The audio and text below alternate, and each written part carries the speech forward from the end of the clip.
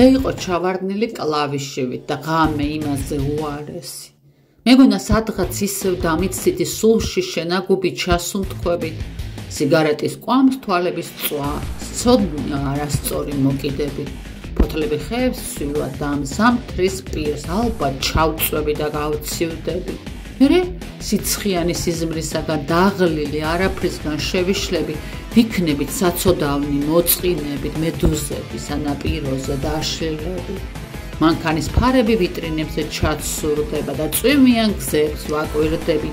კატის კნუტივით გალოკილებს, სულ ერთია საით გაუყვებით, მე შენ გთხოვ.